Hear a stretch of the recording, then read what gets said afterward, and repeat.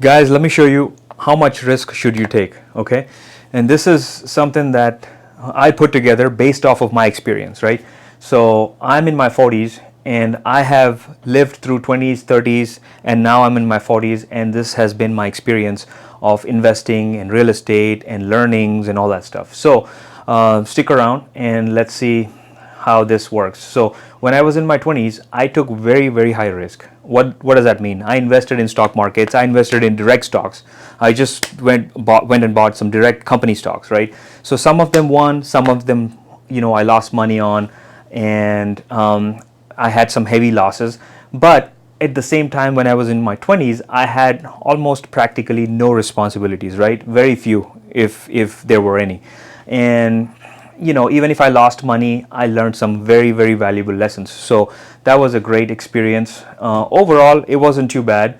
But the point here is, in your 20s, you can take high risk because you can learn good lessons there. And then, time is on your side, right? Even if you have losses, you can cover it up because now you have experience. So in your 30s, that's what I'm saying. In your 30s is you have more experience. Now you can take some balanced risk, even though it could be a little bit high to medium, but it is a balanced risk. Now, why? Because you have more experience here, right? And in your 30s, you're definitely earning more than your 20s, right? So you can put that money to work, right? You can do, I'm not going to go into detail and tell you exactly what to do and stuff like that. That's not my job. But this is what I did. I bought some stocks, mutual funds, and invested in real estate. So in my 30s, I quit my full-time job and I started a business, right? So that turned out to be amazing for me. Now, when you come to your 40s, I would say take medium to low risk, okay?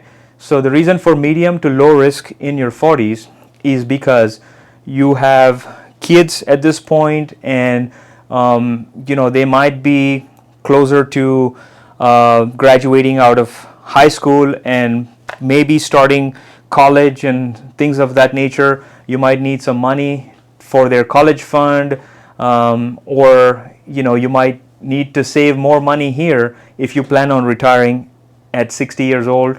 So that's why you don't want to take too much risk here when you're in your 40s. If you do, and if you mess up, then you're going to be working for life, right? Which we all don't want to do that. Now, in your 50, this line shouldn't be even here, right?